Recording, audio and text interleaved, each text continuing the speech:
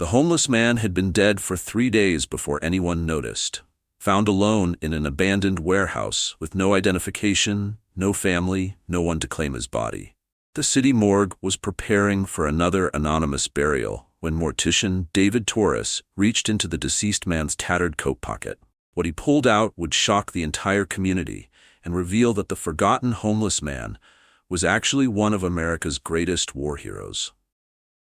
Welcome to Warrior Voice, where we honor the forgotten heroes whose stories deserve to be told. If this story moves you, please let us know where you're watching from in the comments below. And don't forget to subscribe and hit that notification bell to hear more incredible tales of courage and sacrifice. Now let's continue with this remarkable story. The call came in on a cold Tuesday morning at 6:47 a.m., the kind of dawn that seemed to carry the weight of winter, even in Southern California.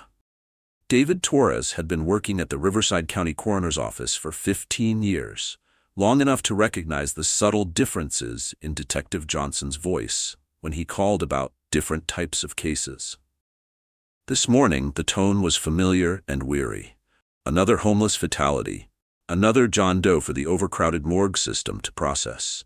Found him in the old Pemberton warehouse district, Johnson explained over the crackling radio, his voice competing with traffic noise in the background. Looks like he'd been there for maybe 3 days, judging by the condition. No witnesses, no identification on the body, probably natural causes. Weather's been rough lately, and these folks don't have anywhere warm to go. Just another sad story, David. David nodded to himself as he pulled on his latex gloves and prepared the standard paperwork that accompanied every unidentified body. At 42 years old, with graying temples and hands that had handled more death than most people could imagine, he'd seen enough tragedy to know that every body told a story, even when that story seemed to end in anonymity and abandonment. The homeless population in Riverside had been growing steadily over the past decade, and with it, the number of unclaimed bodies that passed through his morgue like ghosts through the system. The Riverside County Coroner's Office occupied a nondescript building on the outskirts of the city, surrounded by palm trees and strip malls that gave no indication of the important work performed within its walls. David had chosen this profession not out of morbid fascination, but from a deep sense of responsibility to provide dignity for those who could no longer speak for themselves. When the transport van arrived 30 minutes later, David helped wheel in the covered gurney, noting the particular weight distribution that told him about the deceased's physical condition. The man beneath the white sheet was thin to the point of emaciation, his gray hair matted and unkempt, his weathered face bearing the distinctive marks of decades spent exposed to the elements. Deep lines around his eyes suggested years of squinting against sun and wind, while his skin had the leathery texture that comes from sleeping rough. His clothes were layers upon layers of mismatched garments, a survival technique David had seen countless times among the homeless population. A thin t-shirt beneath a flannel shirt, beneath a sweater, beneath the heavy military-style coat that would become the key to everything. Each layer told part of the story of someone trying to stay warm with whatever resources they could find or afford. Looks like he was maybe 75 years old, said Jenny Thompson, the transport technician who'd been working these cases almost as long as David. Found with this shopping cart full of bottles and cans, all sorted by type, probably collecting recyclables to survive. Cart was organized like military inventory, everything in its place. David began the standard procedure that he'd refined over thousands of cases, photographing the body from multiple angles, documenting any visible injuries or identifying marks, cataloging personal effects with the methodical attention to detail that might be the difference between identification and permanent anonymity. It was careful, respectful work that required emotional distance while maintaining human compassion. The man's possessions were sparse and heartbreaking in their simplicity, but also revealing in their organization. A shopping cart containing dozens of aluminum cans, carefully sorted by type and size. Coca-Cola cans in one section, beer cans in another, various other aluminum containers arranged with military precision. A plastic bag containing a few pieces of moldy bread wrapped carefully to prevent further deterioration. A water bottle that had been refilled and reused so many times that the original label was completely worn away, but the plastic remained clean and well-maintained. Most telling were the shoes, heavy work boots that had been resoled at least twice, polished to a shine despite the worn leather and duct tape repairs. These were the boots of someone who took pride in their appearance, even in the most desperate circumstances, someone who maintained standards when everything else had fallen apart. But it was the coat that truly caught David's attention. A heavy military-style jacket in faded olive green that had clearly seen decades of wear. The fabric was threadbare in places, but the patches had been sewn on with meticulous care, and every button remained secure despite the overall worn condition. The stitching spoke of someone who understood maintenance and took pride in keeping their gear in working order, even when that gear was all they had left in the world. "Standard homeless fatality," David murmured to his assistant, Maria Santos, who was helping document the case with her usual thorough attention to detail. "We'll run him through the missing persons database, check for any outstanding warrants or medical records, then schedule burial in Potter's Field if nobody claims him within the statutory period." Maria, 26 years old and relatively new to the coroner's office after completing her degree in forensic science, watched David work with the efficiency born of experience and genuine care for the deceased. She learned quickly to follow his lead in these situations. Maintain professional standards, show respect for the dead regardless of their circumstances, but don't allow yourself to become emotionally overwhelmed by cases that the rest of society seemed to have forgotten. As David began the careful process of removing the man's clothing for the standard examination, his fingers encountered something unusual in the inner pocket of the military jacket.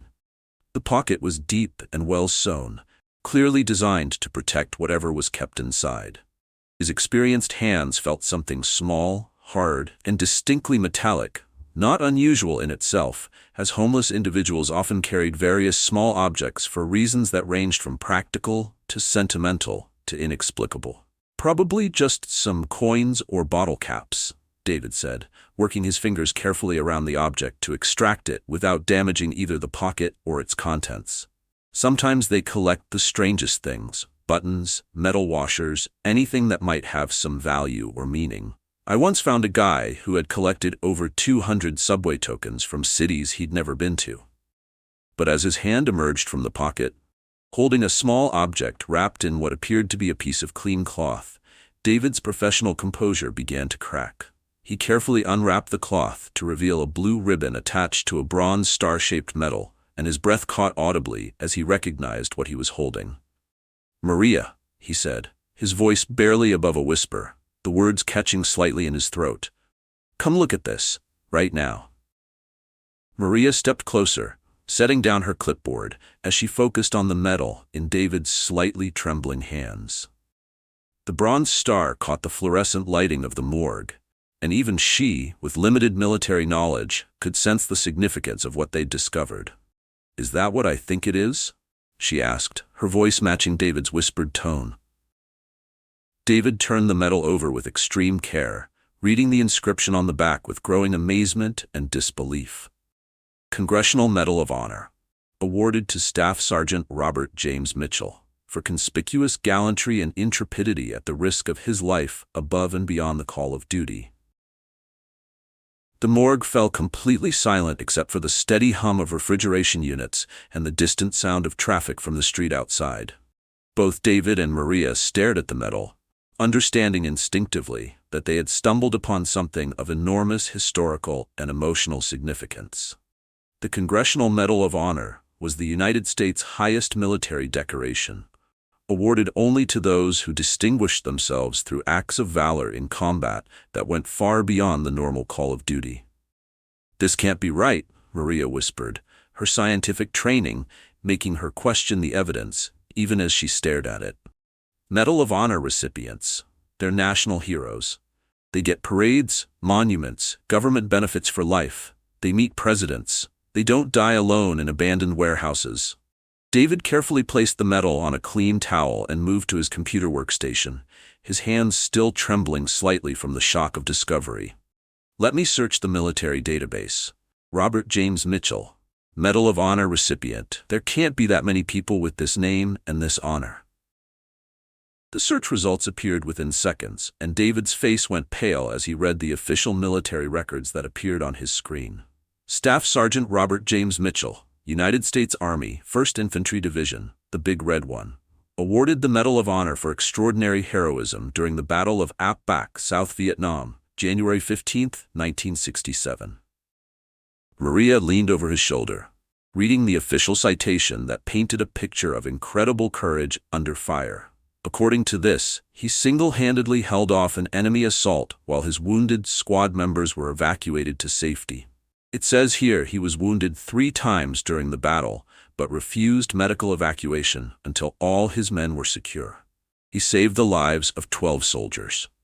The citation continued with clinical military language that somehow failed to capture the full horror and heroism of what had occurred 56 years earlier in a Vietnamese jungle. Mitchell had used his own body as a shield, had maintained accurate fire while bleeding from multiple wounds, had organized the evacuation of wounded men while under intense enemy fire. After the war, Maria continued reading, he struggled with post-traumatic stress disorder and substance abuse issues. Last known address was a VA hospital in San Diego, voluntarily discharged against medical advice in 1995. 28 years ago, David said quietly, the timeline beginning to make tragic sense. He's been off the grid for 28 years, living on the streets, invisible to everyone who should have been taking care of him. The weight of discovery settled heavily on both of them like a physical burden. This wasn't just any homeless man whose sad end they were documenting. This was Staff Sergeant Robert Mitchell, a man whose courage had been recognized at the highest levels of government, who had probably met presidents and generals, whose story was recorded in military history books and taught in military academies. "What do we do now?" Maria asked, her voice reflecting the magnitude of responsibility they suddenly faced. David was already reaching for his phone, understanding that this discovery would change everything about how they handled this case. "We call the VA. We call the Army. We call the Pentagon if we have to. We call everyone we need to call to make sure this man gets the honor he deserves." The first call was to the Department of Veterans Affairs Regional Office in Los Angeles. David explained the situation to the duty officer with careful attention to detail, providing the medal's serial number, the full name from the citation, and what little information they had gathered about Robert Mitchell's final years. The response was immediate and intense. "Sir, please secure that medal immediately and do not allow anyone else to handle the remains without proper authorization," the VA officer said, his voice carrying the urgency of someone who understood the full implications. Medal of Honor recipients receive full military honors regardless of the circumstances of their death. This is a matter of national importance. We're dispatching a casualty assistance team immediately.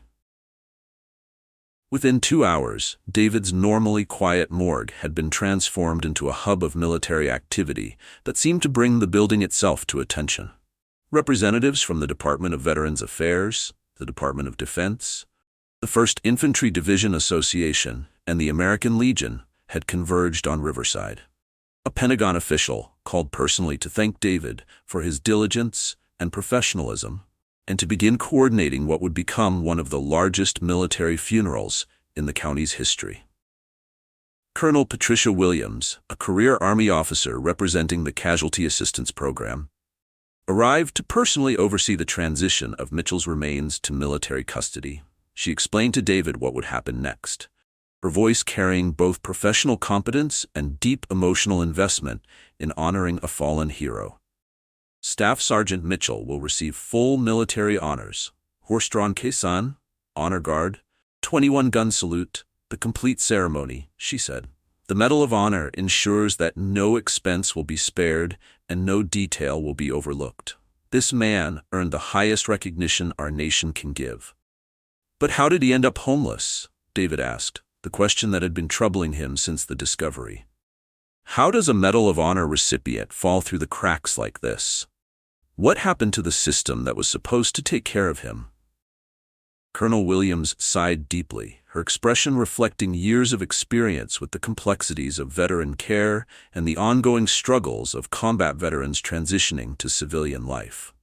PTSD wasn't well understood in the 1970s and 80s, especially for Vietnam veterans who came home to a country that wasn't always welcoming. Many fell into cycles of addiction and homelessness despite having access to VA benefits. Some, especially those with severe trauma, deliberately disconnected from the system because they couldn't handle the attention that came with their decorations. She showed David a thick file that had been hastily compiled from military records scattered across multiple databases and archives. According to these records, Robert Mitchell was hospitalized multiple times for what they called combat exhaustion after returning from Vietnam. The medical notes suggest he suffered from severe survivor's guilt about the men who didn't make it home, and the medal itself became as much a psychological burden as an honor. As news of the discovery began to spread through military and media networks, the story attracted national attention with remarkable speed. Local news crews arrived first, followed by representatives from national networks who understood the powerful human interest angle of America's highest military honor being found on a forgotten homeless veteran. David found himself unexpectedly thrust into the media spotlight as the mortician who'd made the discovery, with reporters wanting to know how he felt, what went through his mind during the discovery, and what the find meant to him personally and professionally. Every person who comes through here has inherent dignity and deserves our respect, David told the cameras, choosing his words carefully to honor both Mitchell's memory and the broader homeless population. But knowing that Staff Sergeant Mitchell carried this medal through decades of hardship, that he kept it safe even when he had nothing else, that tells you everything about his character and his commitment to the honor it represents.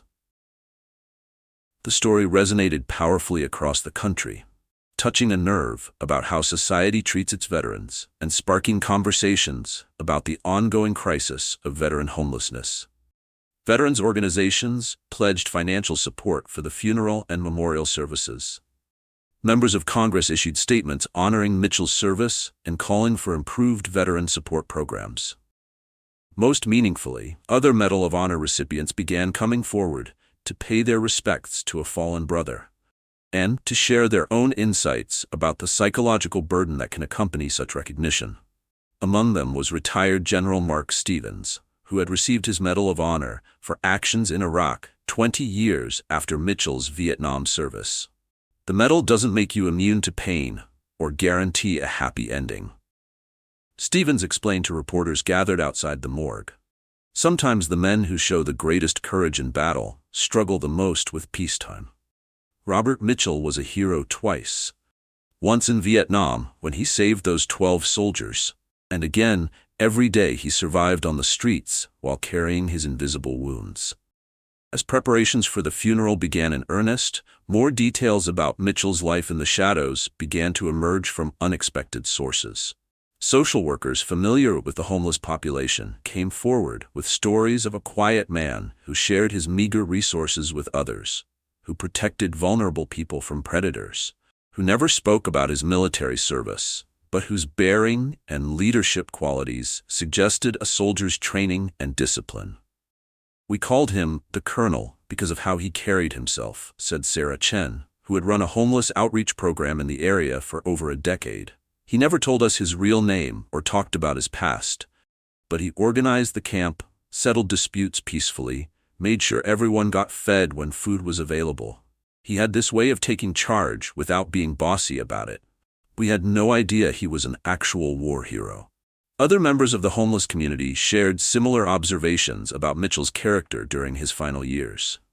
He had been a protector and organizer, someone who used whatever leadership skills remained to him to help others in similar circumstances survive another day on the streets. The investigation into Mitchell's final years painted a picture of a man who had consciously chosen anonymity over recognition, who had deliberately severed connections with the systems and people that might have provided support.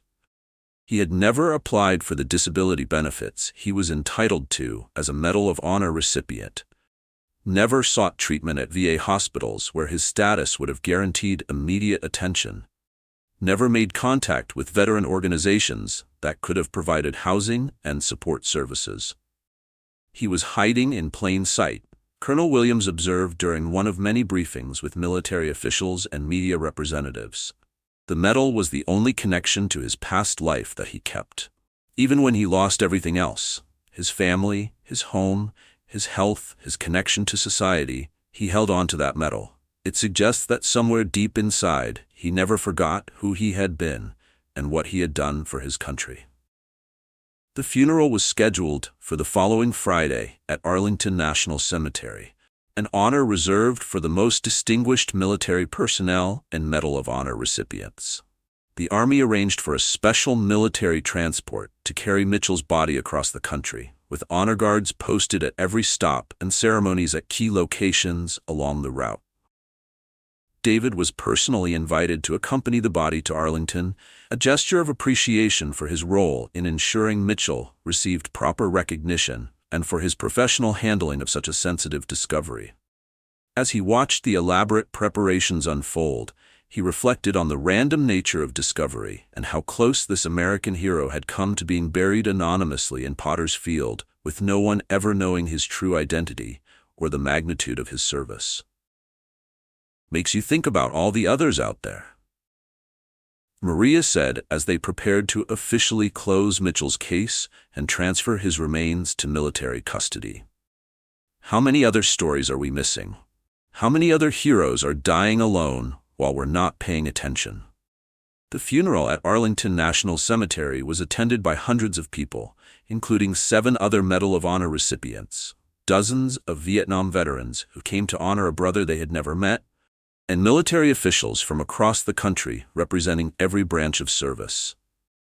The honor guard performed with precision that would have made Mitchell proud, and the folded American flag was presented to representatives of the Veterans Administration for permanent display. During the service, General Stevens delivered a eulogy that captured both the tragedy and the honor of Mitchell's complicated life. Robert Mitchell served his country twice, he said to the assembled mourners. First as a young soldier who saved 12 lives in the jungles of Vietnam, and later as a homeless veteran who survived on the streets with dignity and courage while carrying invisible wounds that never healed. His death reminds us that our obligation to veterans doesn't end when they take off the uniform or when the parades are over. The story had a lasting impact that extended far beyond the funeral ceremony itself. Congress passed bipartisan legislation improving outreach programs to homeless veterans, and the VA implemented new initiatives specifically designed to locate and assist veterans who had become disconnected from support systems. Mitchell's name was added to several memorials across the country, ensuring that his sacrifice and his struggle would be remembered by future generations. David returned to his work at the Riverside County Coroner's Office with a fundamentally changed perspective on his responsibilities. He began checking more carefully for military identification and service records on all unidentified bodies, leading to the discovery of several other veterans who received posthumous honors they had been denied in life. Robert Mitchell changed how we do business here, David told a reporter 6 months after the discovery. Every person deserves dignity in death, but veterans have earned something special through their service. We have an obligation to make sure that service is recognized and honored, regardless of how their lives ended. The Medal of Honor was eventually displayed at the Smithsonian National Museum of American History with a comprehensive exhibit telling Mitchell's complete story, from his heroism in Vietnam to his years of homelessness to his final recognition and honor. The exhibit became one of the museum's most visited displays, touching thousands of visitors with its message about service, sacrifice, and society's ongoing responsibility to care for veterans. Perhaps most importantly, the story inspired a national conversation about veteran homelessness and the complex trauma that can follow military service decades after the fighting ends. Mitchell's life became a powerful symbol of both the nobility of military service and the ongoing responsibility society has to care for those who served, regardless of their circumstances or their ability to advocate for themselves. In the end, Staff Sergeant Robert James Mitchell received in death the honor and recognition that had eluded him during his final years of life. His story served as a reminder that heroism takes many forms, that courage can be sustained even in the darkest circumstances, and that even America's greatest warriors can become invisible if we're not careful to watch over them with the same dedication they showed in watching over us. The empty warehouse where Mitchell died was eventually converted into a veterans' transitional housing facility with a small memorial garden dedicated to his memory and the memory of all homeless veterans. A simple bronze plaque reads, "In honor of Staff Sergeant Robert James Mitchell, Medal of Honor recipient, and all veterans who served with honor and struggled in silence. Their sacrifice will never be forgotten." David Torres continued his important work at the coroner's office, but he never forgot the lesson of that cold Tuesday morning when routine became revelation, when duty became discovery, and when one man's careful attention to detail ensured that a hero's story was finally told. Every unclaimed body now received extra attention. Every personal effect was examined with renewed care, and every person was treated with the dignity they deserved. Because sometimes, the most important discoveries come when we take the time to look beyond the surface, to see the humanity in every individual, and to recognize that heroes don't always wear uniforms or display their medals where everyone can see them. Sometimes, they carry their honor hidden in tattered coat pockets, waiting for someone to care enough to find it and tell their story to a world that needs to remember what true service looks like.